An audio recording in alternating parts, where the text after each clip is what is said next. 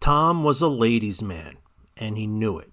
A few minutes with a young lady and he could talk her into just about anything. He was the kind of man that could walk into a railroad car full of strangers and strike up a conversation.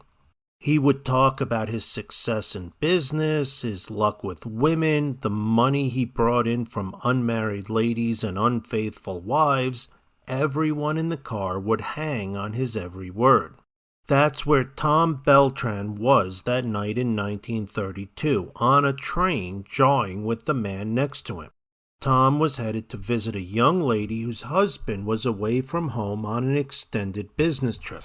Of course, Tom didn't care about the young lady. All he could talk about was the good food, the soft bed, and the comfortable but powerful car in the garage. All provided, of course, by her unwitting husband. Tom's new companion laughed at his jokes and paid close attention and seemed to hang on every word.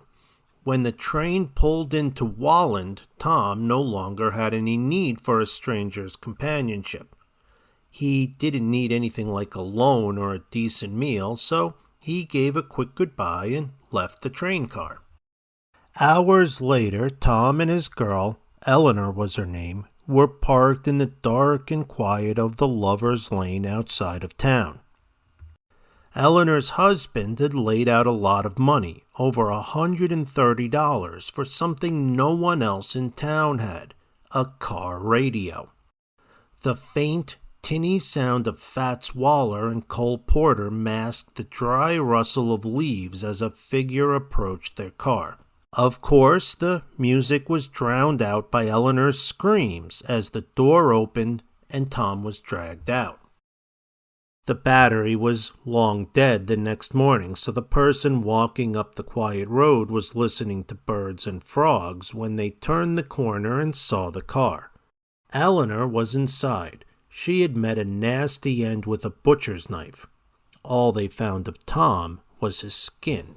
Whoever had done the job was an expert. He had been skinned as well as any field-dressed deer you've ever seen, all removed in one piece and hanging from a tree.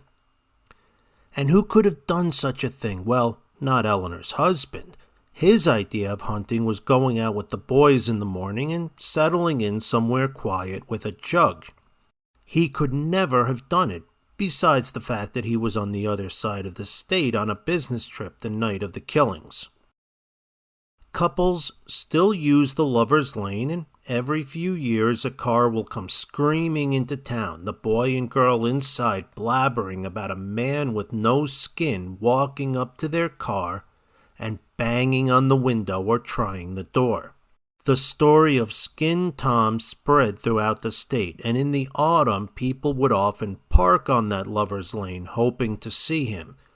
Why anyone would want such a thing, I'll never know. I myself learned the truth on one Halloween night in 1985. My friends and I were 14, too old for trick-or-treating, so we watched slasher flicks all night until the Ouija board came out. We called out that we wanted to talk to Elvis, JFK, King Henry VIII. That little plastic pointer didn't move until someone mentioned Skin Tom, and move it did. Letter by letter, the board spelled out C-O-L-D. Then it repeated 7 or 8 times. So cold, so cold.